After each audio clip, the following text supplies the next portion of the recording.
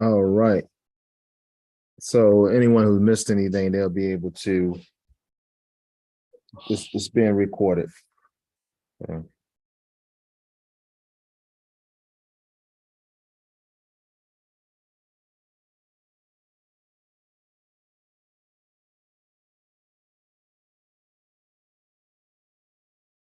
All right. So just some housekeeping. We'll have the quiz next Wednesday. Obviously, because of the inclement weather, we'll have the quiz next Wednesday. All right. So you got a little bit more time. All right. All right. What I want to do is I want to go continue chapter 4 a bit. Did everyone get a chance to watch my video? Yes, I watched it on, teacher. Yes, I watched it too. Any idea or concept that I mentioned in the video that you didn't understand? You clarified everything. You clarified most of the things. Okay. For me, all good. What I tried to do in the video is I try to explain those words in context to a connected world. Obviously, some of those words can mean something different outside of the context of a connected world, but the context is a connected world. So that's why I focused on. Why does it seem like it's getting dark in here? Sophie, can you turn that light on for me? Oh no, I'm sorry, on. Yeah, that's better. So I tried to give it, try to explain to you in the context of a connected world.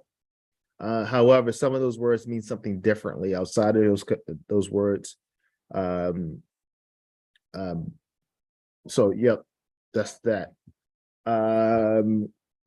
Before we go into the chapter, any questions about the quiz? Any questions about the quiz? No, thank you, sir. But one question, is it gonna be like the graded worksheet? The type of questions, like? No, so the type of questions are going to be the same questions, the same style of questions from the that's on the mock exam that I put in the classroom. So that mock exam, did everybody get a chance to look at that mock exam? Oh yeah, I saw it. Yeah. Yes. It's the same type of questions. So you get let's see. So you have, let's see, you have 5 fill in the. Okay, you have 3 fill in the blank questions.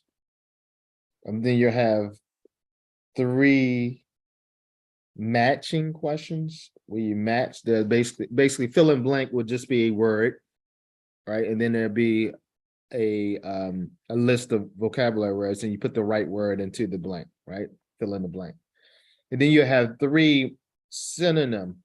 So basically there'll be a sentence, and it's like fill in the blank, but the only difference is next to the blank would be a synonym for that word, and you have to find the synonym that goes into that word. So that's really for synonyms. And then the next part is then you get 2 words, and you have to find the part of speech connection.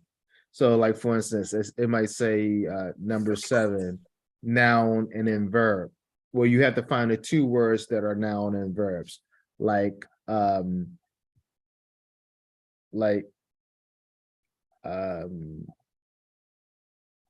consumer, consume, right? Consumer is the noun, consume is the verb. Okay. Okay. All right. It's pretty simple. I mean, this is baby stuff. Really, it's really baby stuff.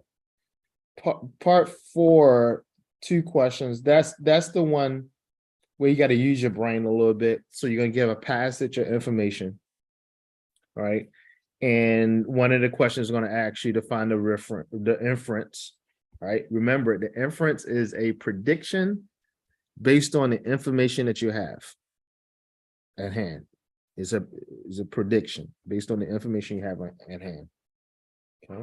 Make sure you understand that that's a prediction based on the information that you have at hand. What can you infer? What can you predict based on the information that you have at hand? Okay. And then the next question is going to be where you imply, where you look for implication, or you look for where something is implied, or you draw, or you find the implication, or you look for what is implied. Implied means something that wasn't said directly, or action that doesn't directly state what the person or what the actor it really means. They say it indirectly. So, like for instance, if somebody walks up to me, right, and they start talking, and I go like this, "Hey man, you want a Tic Tac? Hey man, take the Tic Tac, man. Take the Tic Tac. No, brother, take the Tic Tac." What am I implying there? You want them to shut up. No, No, not shut up. Brush his teeth. Well, right, his breath. I'm implying his breath stinks. Right, that's the implication. Hey, brother, take this Tic Tac, man. No, brother. No, Oh, brother. Tic Tac. Yeah. Take the Tic Tac, man. No, brother. Here, take it. No, oh, brother, I insist. Right. So I didn't say directly to him, look, your breath stinks. Right. I didn't say that, but I'm implying it. It's implied. Okay. So that's what you're looking for. You're gonna be looking for something that's implied. Part 5, you're gonna have reading comprehension. That's gonna be 5 points. All right. So basically, you read a passage and you ask the questions, like who questions, what questions, synonym questions, organizational questions, inference questions. Right. Well, not really inference questions, but kind of like inference questions. But they're not really inference questions. They're actually questions that all the answers are actually directly in the text. All right. So it looks like you got a synonym question there. An organization question, meaning how does the writer go about explaining his point?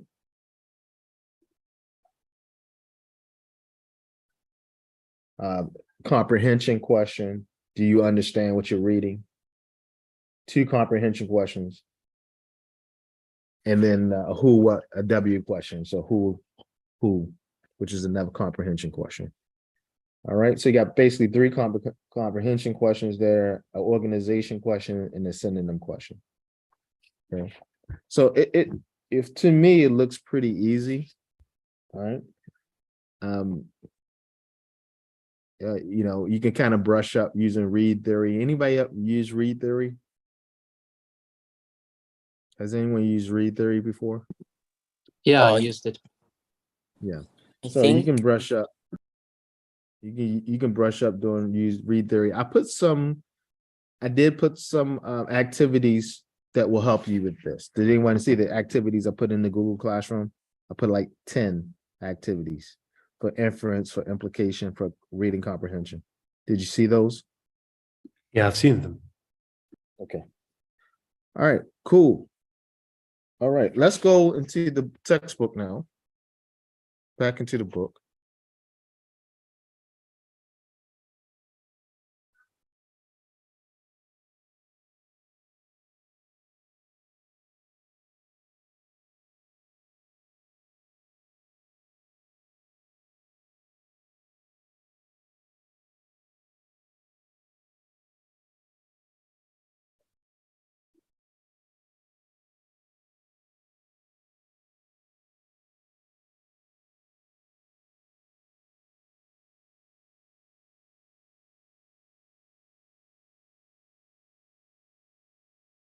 Oop, oop, oop, oop, oop. That's not what I want to share. Stop sharing.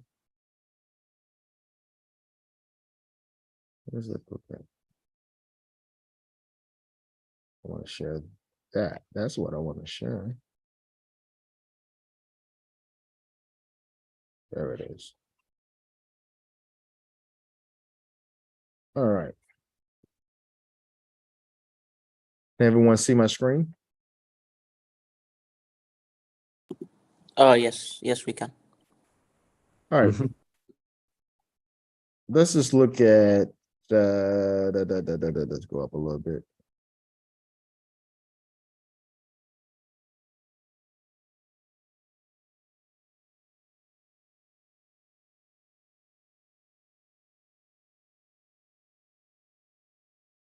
Let's read that. I want you to take a second and read that passage, and then I'm going to ask somebody to read it for us. So take a second and read that passage.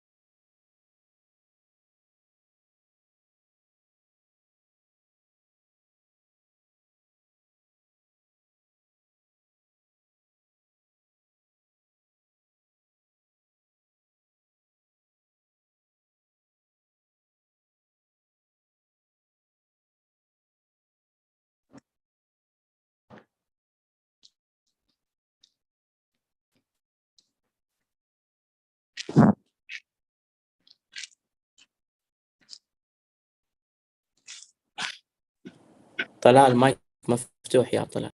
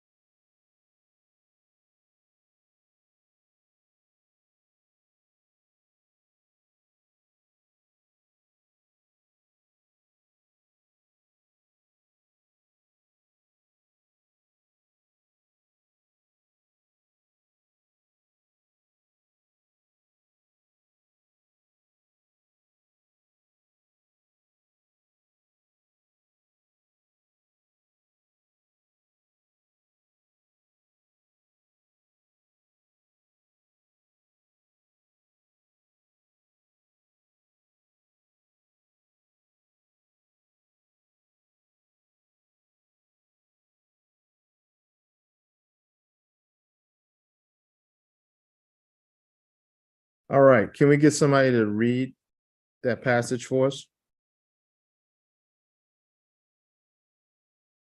Anyone? All I can read, sir.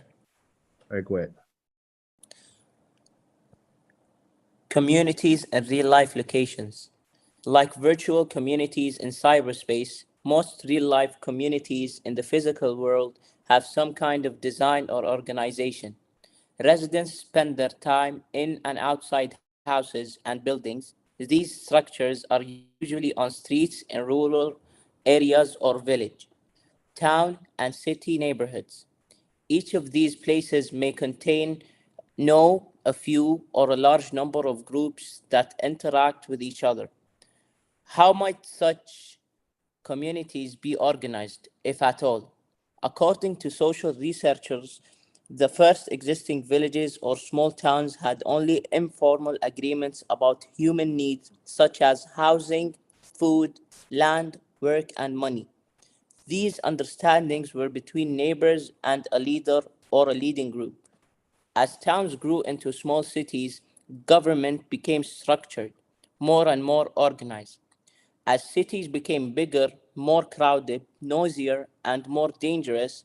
However, families with greater resources move to suburbs outside of town to have more space. These moves not only changed the design of the suburbs outside of town to have more space, these moves not only changed the design of urban areas but also created transportation problems, dependence on cars to go to school, work, shopping areas, social events, and other people's houses. There was less and less sense of community, especially among people of different ages, lifestyles, or cultural backgrounds. Okay. So here's an example of an urban environment. This is an example of a suburban environment. All right. So what they're telling us, or what this part A is explaining to us, is that the physical world, or as we moved into urban environments, and people move into urban environments, and the experience becomes dense, more and more dense, right? Because people move into these environments here for opportunities, and this, but it actually creates a lot of discomfort. It creates a lot of discomfort. Okay, so people move away from those urban environments to more suburban environments. All right. So it's almost these ever changing shifts. Okay. So they went from rural environments where there was less infrastructure, less opportunities to thrive. They went from the rural areas, like farm areas, again, less infrastructure, to this, everybody flocked to the cities. And then because everyone flocked to the cities, it became very dense. Okay. And uncomfortable for people, crime raising, just a tougher life. So people who have the money and the means could go into suburban areas where it was a lot more space, less dense, and provided more convenience for people. Okay. Remember, everything that we do as human beings is based on this idea of convenience. So let's look at one. What is the main idea of paragraph A? A, virtual cities in cyberspace are too big, too crowded, too noisy, and too dangerous for transportation and cars. B, social researchers change the existing lifestyles of occupants of rural areas by providing more housing, food, land, work, and money. Real life community organizations began with informal village agreements. As cities and government got bigger, people interacted less and less. I think it's C. Also, I think C. Why do you say C? Because in the paragraph it says with the development of large cities, people interacted less and less, and then started to describe how they interact less and less. Exactly. Yeah. So we went from, again, this shift from a village or rural life that didn't have a lot of infrastructure to a place that had a lot of infrastructure, jobs, and opportunity. But as more and more people flocked, people became less connected. Interesting. To the point where they wanted to move out of that dense community or dense environment with all the opportunities into a more perfect environment. This happened this happened probably in the 1950s and 60s. You started to see the rise of people moving from the city, especially in the late 60s, 70s, into what they call suburban or suburbia. Some people pronounce it suburbia. It looks, if you read it, it says suburban, right? A subset of urban life. But now people have combined the words to suburban. So people say suburbia or suburban. I live in the suburbs. Some people say I live in the suburbs, right? suburbs, and they don't say suburban, they say suburbs, right? So they change the emphasis of the word, right? And the suburbs tend to be a status symbol. I live in the suburbs, meaning, I have money, we have the infrastructure, but we don't suffer the pain and the discomfort and the inconvenience and the safety issues of the city. Okay.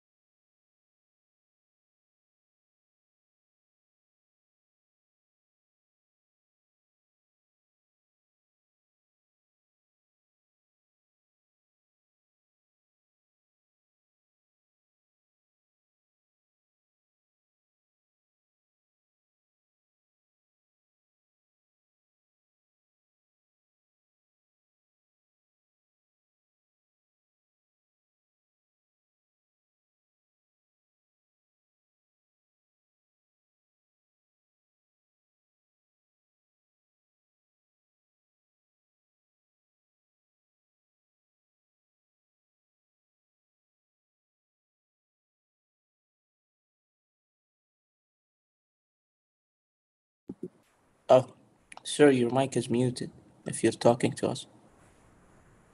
Oh, am I? Oh, you guys didn't hear anything I said? No. No. No. Oh, I was doing all that talking, so you didn't hear the paragraph I read and everything. No. No, Oh. we didn't. Okay. No. Let me start from the top. Let me read the paragraph. Social scientists believe that huge urban areas have negative effects on people. For instance, residents of large cities are likely to be more depressed, easily annoyed, and nervous than people in rural environments. City planners in the 20th century therefore designed beautiful cities. Urban design involved the arrangement of attractive structures, mostly tall buildings, public spaces, streets, spacious suburban communities, pleasant parks, necessary resources, industrial areas, and social housing for low-income residents. Its purpose was to make connections between people and places, their movement in and outside the city, and nature. In the 21st century, in contrast, community organizers consider beautiful urban and suburban areas wasteful, too expensive to keep up difficult economic times. Some also think they are bad for residents, especially children and retirees. The best communities, they feel, are lively neighborhoods with different kinds of people interacting and experiencing life. These are the best places to live, work, and spend time. And what I was saying is, in the 20th century, which is the 1900s, it was because people were moving from the villages and from rural areas, farmlands, those big skyscrapers, they were very attractive. That even the connectedness of people, that was a very attractive experience, right? Why? Because they went from the rural areas where the next neighbor might have been 10 miles away or 15 miles away, right? To the next door neighbor literally being a couple feet away. And a lot of people were attracted to that. But as more and more people came into the city, big cities like New York and Chicago, Baltimore, Philadelphia, then it created a problem because, you know, living too close to people can be annoying. So now it got to the point where in urban environments, as you can see, people, it tells us that in urban environments, people are now depressed and easily annoyed and nervous. Why? Because crime has gone up. We put a lot of people in one space, there's a lot of more opportunities to commit crimes. And then because of that, people get more nervous. The price of goods and services increase. People are annoyed because now they hear the next door neighbor's radio or their television late at night when they're trying to get some sleep. So in the 21st century, and I was saying, we started to see this, I started to see this kind of in the 90s, in the late 80s, 90s, and 2000s, we start to see environment spaces like this, a mixture of urban, these tall buildings, but also open spaces like this, these parks, and housing communities that had more space between them, not a couple of feet, but you know, several, like an acre of land between each house or a half an acre. Whereas in the city, some houses are connected to each other, especially in the Northeast, we call them row houses, right? You can literally smell and hear what your neighbor is doing in the next house, right? If the walls are thin. So that is what gave rise to this more balanced, if you will, community that we call suburban now. Now, what we'll also see in urban communities, urban cities trying to move to environments like this. However, new developments that are arising, new cities, new townships that are arising are starting to look like this, a balance of both city urban with tall buildings and infrastructure and services, but also space. Okay. All right, so let's look at 2. What is the main idea of paragraph B? A, in the 20th and 21st centuries, social researchers have had different ideas about ideal city designs. Some think they should be beautiful, others want them to be lively, full of people that interact.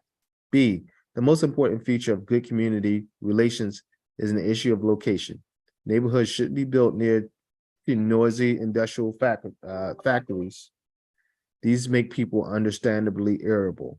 C, connections among people happen best when they depend on cars to get in and out of the big city and suburbs. That's because rural environments tend to be more depressing. So what's the answer here?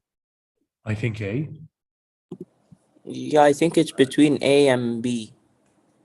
All right. Be more concise. The answer is A. I think it's A. all right. So everybody raise your hand if you think the answer is A.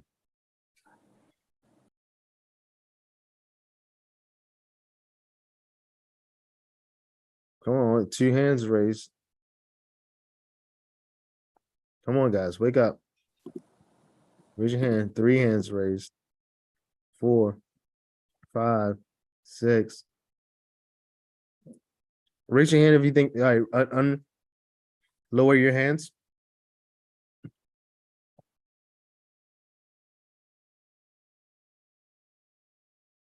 Omar, lower your hand. All right, raise your hand if you think the answer is B.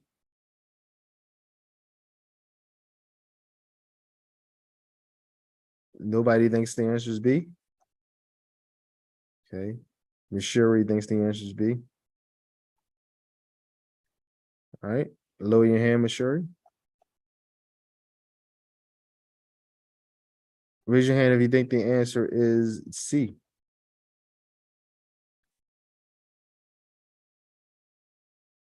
Nobody thinks the answer is C.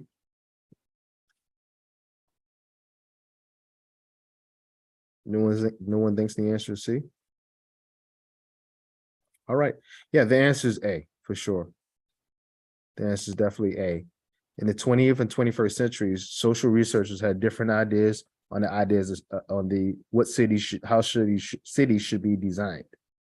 And again, we living in two different time periods. We live in a time people were coming out of the rural areas, so all that clutteredness and beautiful in these big buildings, that was very attractive, right? Also, we were still in the industrial age. All right, now people find that industrial, it's interesting because a lot of people still like that industrial look, but they want the space. So now we're seeing a lot of people move in like warehouses, old abandoned warehouses. Okay.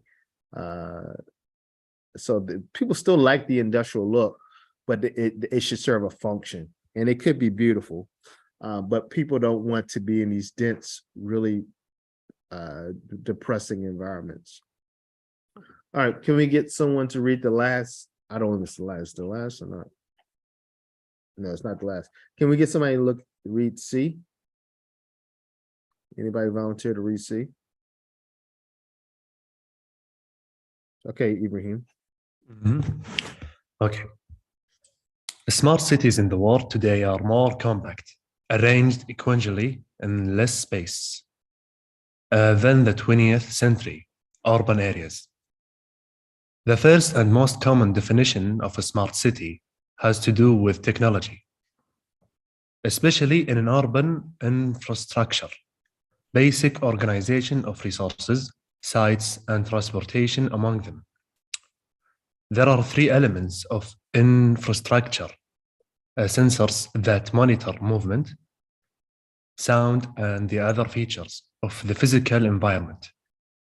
The computing cloud in cyberspace that organizes the information and the change that happens because of it.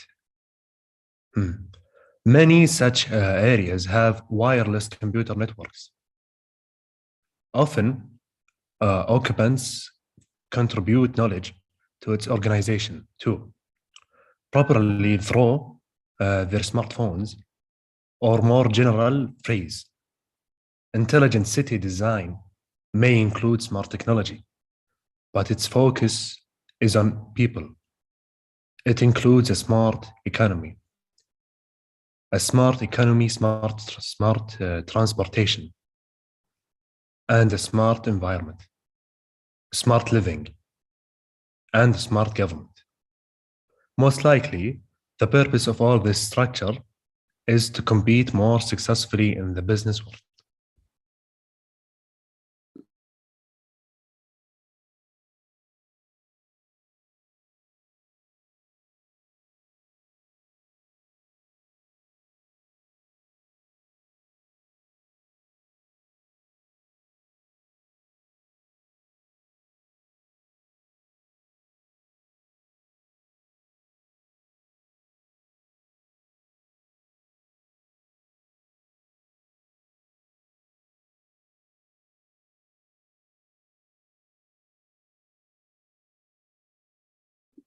Teacher, your mic is turned off. I keep on forgetting to turn on the mic. Can anybody tell me what this paragraph is about? Yes, smart cities. In relation to what? Smart cities in relation to what? The idea of what? Technology. Technology. Okay, and so when we Development talk about of technology, so when we talk about technology, what are we really saying? When we say technology, what are we really saying? The development, maybe something. Development. Keep on going. Keep on going. Developing who and what? Development of the human race, maybe, or something. In regards to what? Maybe advanced techniques associated. But ultimately, what's the end goal? What's the end goal with technology? To make life easier. There you go. To make our life easier. That's the end goal. That's why we separate science from technology. We can know the science of something, and that's one thing. Science is not technology. Technology is when we take the science to make our life easier. Right? That's the science. That's technology versus science. Science is science, right? But technology is when we take science and we extract that data and turn it into what?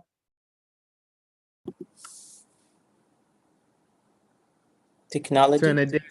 No, remember our last class. Turn that data into what? Information. Information. Informations, yes. Information. So information is technology.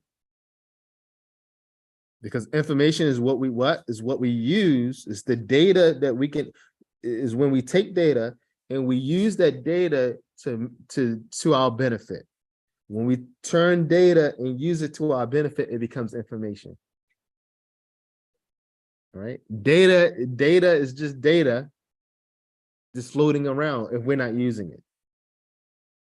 It only becomes information when we can use it. So information is technology. That's why we're in the information age. Your smartphone helps you process information and organize it. Okay. So what C is really talking about is creating cities that are what? Technologically driven to be more beneficial to the human, to its inhabitants, right?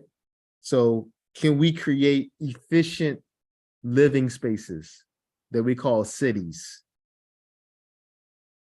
And these efficient living spaces will drive off of what? Technology. Has anyone gone to the GNOME exhibit, the line exhibit? The new? The GNOME line exhibit, they have an exhibit in I Berea. saw a video about it, but I didn't go there. You should go. It's actually pretty cool. It's actually pretty cool. It's actually Inshallah, really. I will try to go there. I'll send you guys a link to get tickets. It's free. It's free. It takes about an hour to go through the exhibit. It's pretty cool. But the GNOME is responding to this article here. GNOME is responding to this article, trying to create an efficient living space where people can utilize the technology to make their lives easier. Convenience. And unfortunately, I believe it's going to be technology that kills us. Because our true selves really want to work. So we get to the point where we're not working, we die. I believe technology will be the death of us. Maybe not 50 years from now or 100 years from now, but soon. I think we're going to, especially in the singularity, where technology itself becomes smarter than humans. And we're almost at that point now where technology can program itself. We're not almost, we are at that point, but we're not at the point where it's harming us. But eventually there's going to be a point in where it harms us.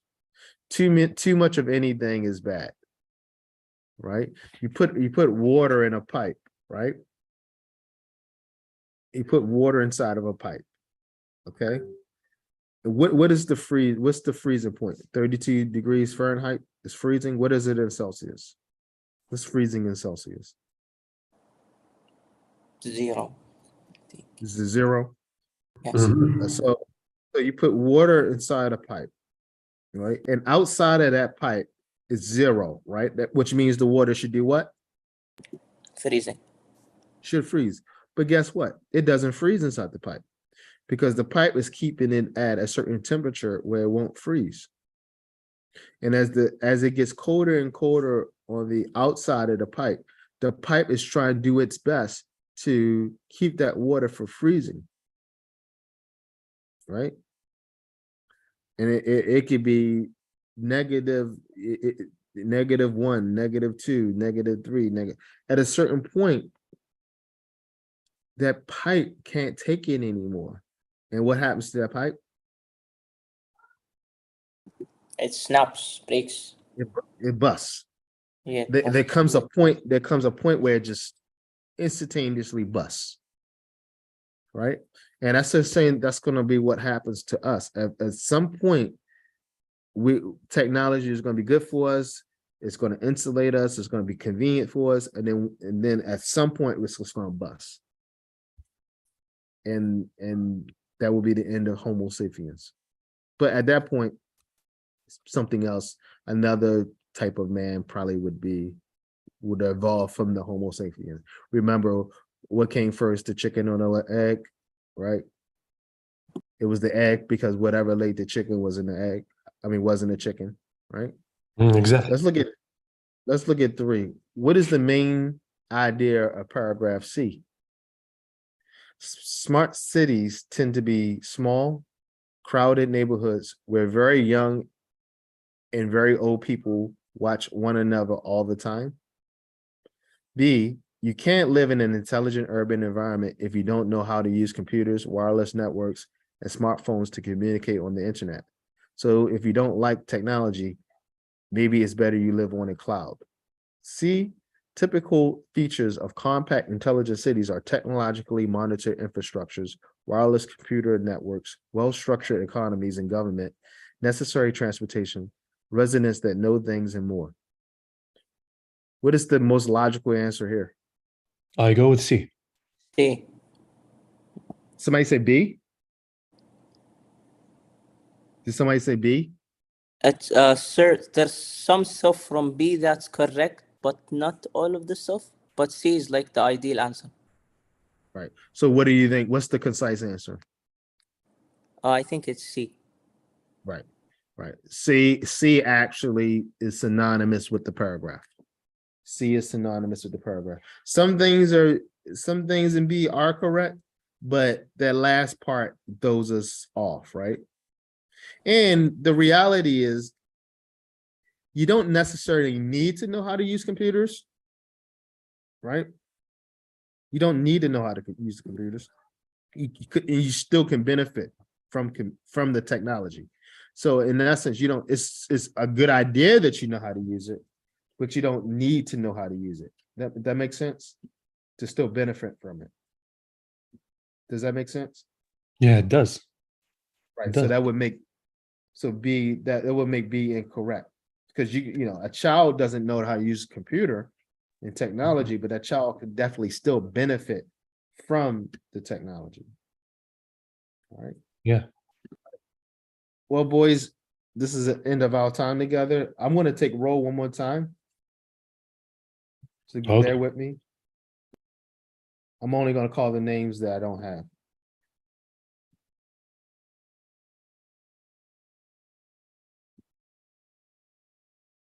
Omar, are you here? Yes, present. Yazid, are you here? Yeah. Abdulaziz 2, are you here? Yes. Mishiri, are you here? Yes, present. Abdullah Yassin, are you here? Abdullah Yassin? I thought I saw him. Abdullah Yassin Ashek? I thought I saw that name in the thing. I thought I saw him. Abdullah Yassin. Abdullah Yassin Al-Sheikh. Abdullah Yassin Al-Sheikh. Thought I saw him. No? All right. Maybe he left, or like he lagged out or something. Did anybody see him? Am I crazy? I Did anybody saw see him. I saw him Yeah. at the beginning of the class. I guess he left at, I don't know, 50, 55, 55. I don't know. Okay. All right. But I did see him though. He was here. Yeah, he was here. Yeah, he was here, sir. All right, guys. We'll see you. Hopefully, we'll see you tomorrow. If something happens, we'll do the same thing tomorrow. Use the same link. Okay. Okay. Inshallah. Thank you, Alright. sir. Okay. Thank you so much. Thank you, sir. Thank you, Jay. Bye. Have a wonderful evening. You too. Be safe. Don't drive crazy out there.